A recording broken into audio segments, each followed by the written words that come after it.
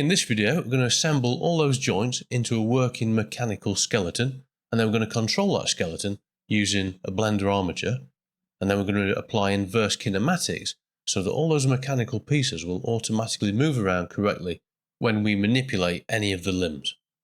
Okay then, so let's get on with the task of assembling the joints into a working mechanism, and we'll start off with the hinge joint. And let's come out of isolation mode. So we'll start on the knee. I'm going to copy this one and this one. I'm going to duplicate this, but rather than using Shift D, I'm going to use Alt D.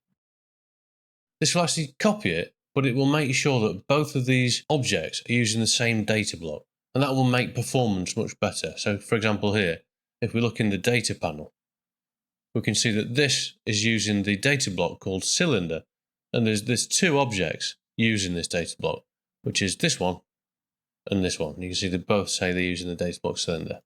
Same on this side, cylinder 001 and cylinder 001 for the top as well. So let's select both of these. I'm going to get this into place. So let's go into orthographic front view. Let's scale it down a bit, move it into the knee area, and we'll go into side view. And I'll rotate this around. Maybe scale it down a bit more. And back into front view. I want to rotate a little, like so. And we need to make sure we've not got any overlaps. So at the moment, if we just turn off overlays, you can see we are overlapping here. So all I'll do, well, there's two options. I can either scale it down a bit more, this one. We can scale it down until it's not penetrating, or we can modify the leg geometry to give us a bit more space. I'll just scale it down. We'll do the same now. We'll move this across and start doing the fingers. So I'm going to select this object into edit mode, number 2. We'll select this edge loop, Shift S, and I'll say cursor to selected. Out of edit mode, and we'll select this one and this one. Alt D to duplicate this one using the same mesh again, as you can see over here, the same data. And then I'm going to do Shift S and selection to cursor, and that will move it up to the 3D cursor we've just created. Scale this down, and then top view. And then we'll just turn off overlays just so we can see if it's penetrating more easily. And that seems to be fine. Now I'll continue doing this across the mesh. So Alt D and just moving them into place. And then don't be scared to scale these, but be careful, don't apply the scale, otherwise it's going to mess things up. And at this point I can start rotating the individual sides. Just make sure that you've got this set to local and that you rotate around the correct axis, so RZ in this case. Just make sure that it all stays aligned. So RZ, like so. And then we'll continue doing that for the rest of the model.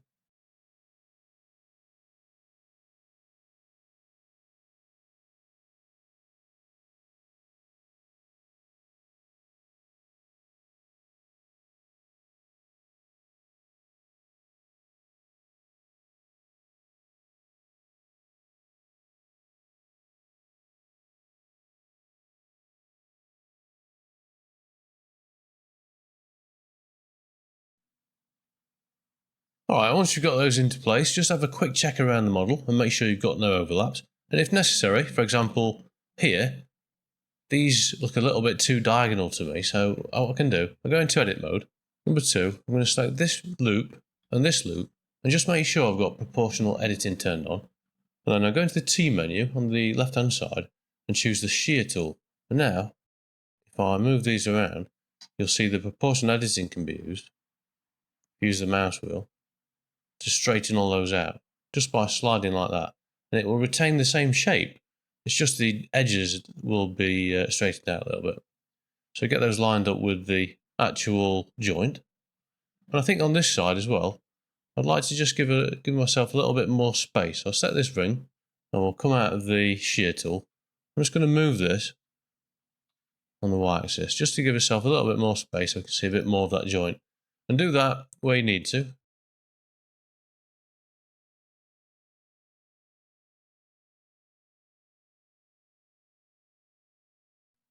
And there we go, so there's the hinge joint set up. Next we'll move on to the ball and socket. So let's hide the hinge one. Bring up the ball and socket, and we'll select both of these. and we'll start moving these into place. So same as before. In fact, let me just move these out of the way a little bit. Alt D, move that to wherever. Number 1, number 5.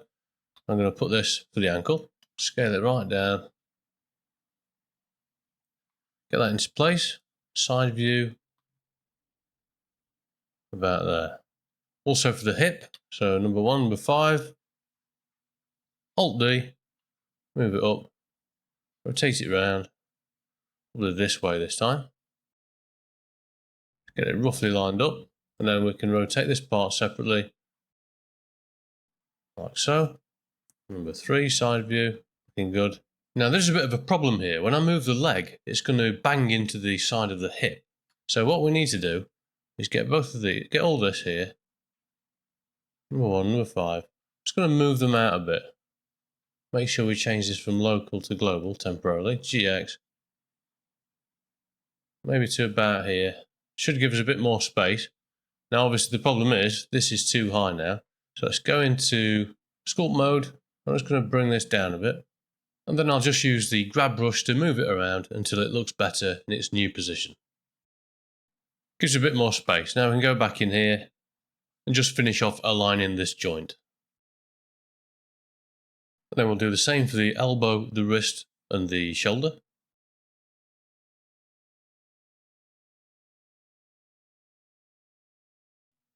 Now I can't actually see enough of this ball joint, so what I'm going to do is make a bit more space. We'll grab all these, make sure we turn back on the joints for the fingers, so we can include those in the selection. GXX twice to change it to global. Bring it out a little bit. And just make sure we correct this part as well. I'm going to make a few modifications to this mesh now, just to give us a bit more space as well. And also to this shoulder. So I'm going to go into edit mode. I want to separate these by loose parts. So we've got 2 different objects now. Go into this one, into edit mode, making sure you're in edge mode. K, C, so cut through's turned on. To about here. Left click, enter, and then select loops, loop in a region, X, and delete the faces. And if you've got a quad remesher, you might as well just tidy up the topology by giving it a quick quad remesh. And there we go, so we've got a better topology. That's not 100% necessary, as this won't be deforming anyway. I also want a bit more space here, so I'm not really keen that this is covering the joint. We can see it from the back, but I'd like to see it a bit more from the front as well. So I'll go into sculpt mode, and I'll just start jiggling this around with the grab tool until it looks good. We can also use the smooth tool, just to make sure we've got no shading artifacts. Just being careful not to mess up this part here.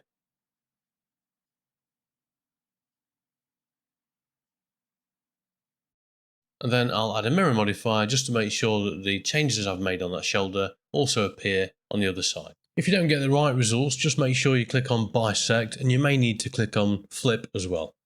Move it to the top of the modifier stack and then apply it.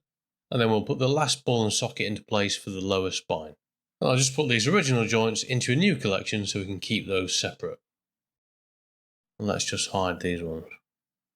Right, so moving on to the next joint then, we're going to go with the swivel joint for the neck. So let's unhide this one. And we're only going to use this once in actual fact, so I don't really need to duplicate it. So I'm just going to take the existing one, and we're going to move it into place. Now, I would like to be able to see a bit more of this mechanism when viewing the robot from the front. So I want to move the head up a little bit. And before I do that, let's just make sure we unhide the lips and the lips original. Otherwise, if we do want to use those later, they'll be in the wrong location. So let's just get all this into place. And I can hide those lips again. Obviously, I need to extend this, and I need to somehow attach it to the head. So I'm going to need an additional piece, and I'd like it to be circular so that it can cup the head. So I'll select the head. I'm going to go into edit mode, number 3, and let's just turn on the show end result so we can see what we're doing. Number 1, I'm going to select this last vertex, Control 3 to change to face mode, Control plus a few times to extend that, and I'm going to do Shift D to duplicate, and then P and separate by selection. So now I've got 2 parts. If I select this one, I'd like to rotate this down into place so that it's around about this area. I'll do RX, bring it around to the bottom to about here. It's still using the same pivot as the head that we extracted the piece from, so we don't need to mess about with 3D cursors or anything like that. So I'll just rotate it into place and I'll just move it around a little bit until it aligns better with the hinge we've got. Probably the solidify is a bit too much there, so put 003, make it a bit smaller. And then I'll extend the swivel arm a bit higher just so it lines up better with the bottom of that new piece. This part to this part here. So into edit mode. Number 1, make sure we're in X-ray mode so we can select all the way through. And make sure you've got local transform enabled so that when we move these vertices on the X-axis, it will be in relation to the rest of the model, so it doesn't change the angle of the extrusion. Bring that up. And then we'll just fine tune it until it's touching, and then we'll rotate that new piece until it's more central. What we'll do now is apply these modifiers, and the quickest way to do that is to right click and say convert to mesh. That will quickly apply all the modifiers in the stack. And the next thing I'd like to do is attach this now to this part of the model, but only this part here, not the entire hinge, because this part's going to rotate separately. So let's go into edit mode with this one selected. We'll press L to select this piece, P, and we'll choose to separate by selection.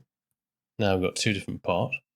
I want the origin of this one to be exactly in the center of this spindle. So let's go back into edit mode. Number 3, I'm going to select this face and this face.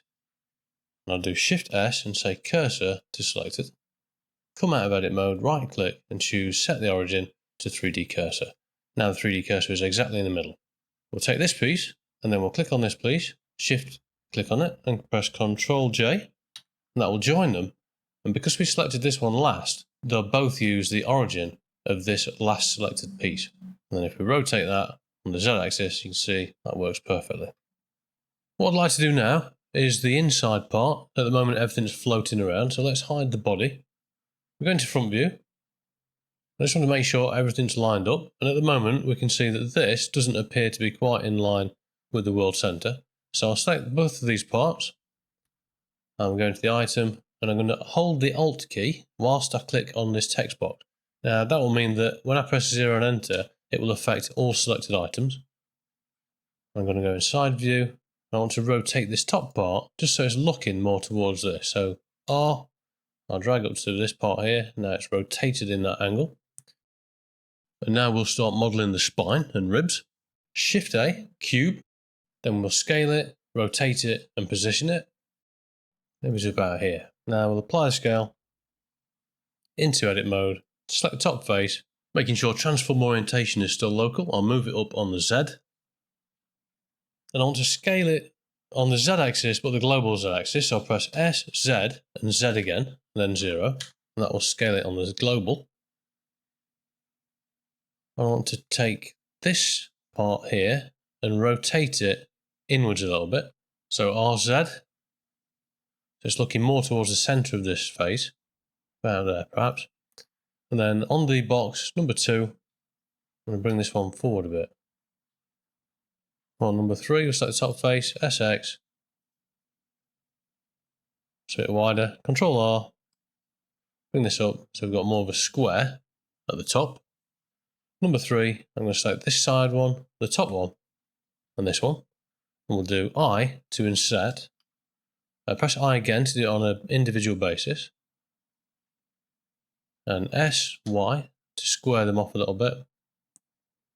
And let's change this to global.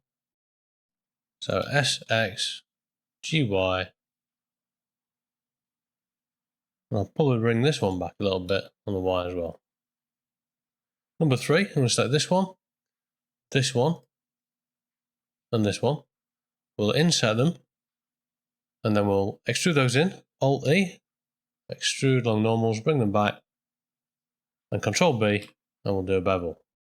Control plus, and again, we'll deselect the top ones. Make sure they're all deselected. SX and bring those out a little bit. We'll also bring them forward a bit as well. Number 3, I'm going to bring this face forward. I'm going to bring it down a bit actually as well. Not too much. If I adjust the front part here, I'm going to do Control R to add a loop here. We'll do the same on this side. Control R. I'll select both of these. I'm going to make it a bit square, more squared out. SX, scale away from each other. Then S. And then on an individual origin basis, we'll scale as well. I think I'll also add an edge loop inside. So Control R, put on there, bring it forward a bit. I'll do the same on this side as well. Just so that when we add a subdivision, which we'll do now, Control 3, those extra inner loop cuts will help retain the shape. They're not quite circular. I'm going to press number 3, select the back face.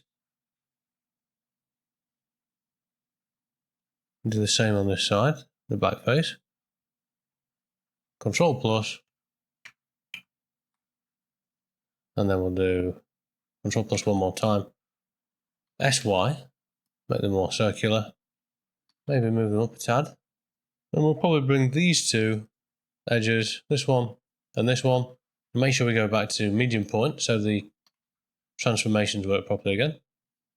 And then I'll just manipulate the vertices and edges around this neck area as well. Something like that. And we'll just check we're not going through the body. So it's looking good. So I'll do a little bit of work on the shoulders area. Then I'll square the bottom of the model off just by adding another loop and dragging it down to the bottom there. And then Control R, I'll add a load more here. I'll do K, and we'll cut from this one, holding Shift so it's centralised down to the bottom one here. Enter, number 2, and I'm going to select this loop and do a Control B to bevel it out to about there. Number 3, and I'll select every other face loop. I'll deselect the central ones. And then I'll inset these by pressing I, and I again if necessary to make sure you're not insetting individual faces. And then I'll do Alt-T, bring them in a little bit. I again. I think I want to scale them on the Z axis, so I'm going to go back into individual origins, SZ, bring them in. And then do Alt-T and extrude them back out. GZ, bring them up a bit. So we've got this sort of an effect. Let's just see what it looks like without. So I'll narrow that central region by selecting each face and then scaling on the X-axis. And then making sure I've got proportional editing turned on, and I've also got connected enabled. I'm going to just move some of these vertices around so that it shapes it into a more interesting shape.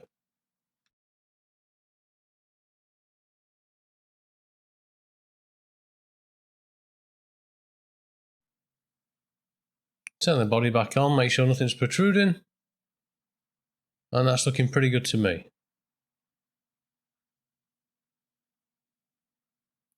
And the final thing I'm going to tidy up is this mess in here. So we'll click on this one, and this one. Into isolation mode. I'm going to select this object. Into edit mode, number 2 for edge mode. Select this edge loop.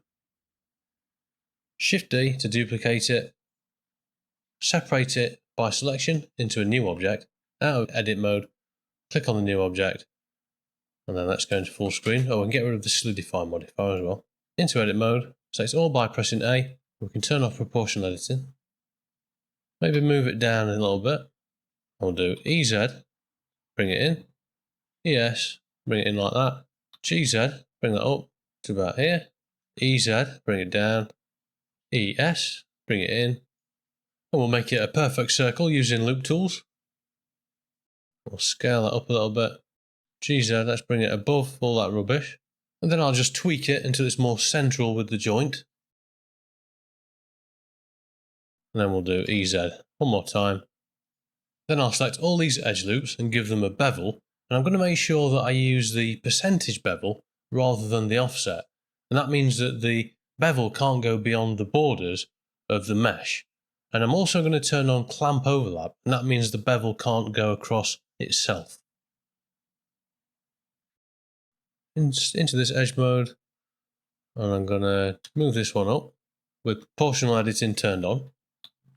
But you see, I've got to be careful that I don't have this turned on at the top. So let's turn this off. I'm not sure how that came on, but if you ever see weird things like this happening, then it's probably because you've got mirror turned on. So turn it off, and we can bring that up. And you've got to be careful we don't bring up the edges. As you can see, I don't want these edges here to be affected. So to make sure that doesn't happen, I'm going to press number 3 and select this edge loop, Control I to select the inverse, and I'm going to do Shift H to hide everything else. And now whenever I make a modification, it can't affect the hidden parts of the object. So now I can go GZ, move these up, and there's no problem. I know for a fact I'm not going to cause any problems with the geometry here that's hidden. I'm going to number 7, number 5. I want to select the central face, so number 3, that'll be this one. And I'm going to bring that one down, GZ, bring that up a little bit. I do want to bring these back up, so number 2, GZ, like so. And that gives us an interesting result. And then use Alt-H to unhide the hidden mesh, and you can see that's not being affected. But I would like to actually take that inside the object, so I'm going to scale that up so that it's now not penetrating the pelvis mesh. And what I'd also recommend to do is go into vertex mode, select everything, press M, and then merge by distance. Once we've done that, you'll see it's removed 384 vertices, and that's because when we did the bevel, we clamped right up and we ended up with multiple edges on top of each other. So basically, this will remove quite a lot of the mesh, and it should give us better shading as well. Back out of edit mode, right click, shade smooth, and that's looking pretty interesting.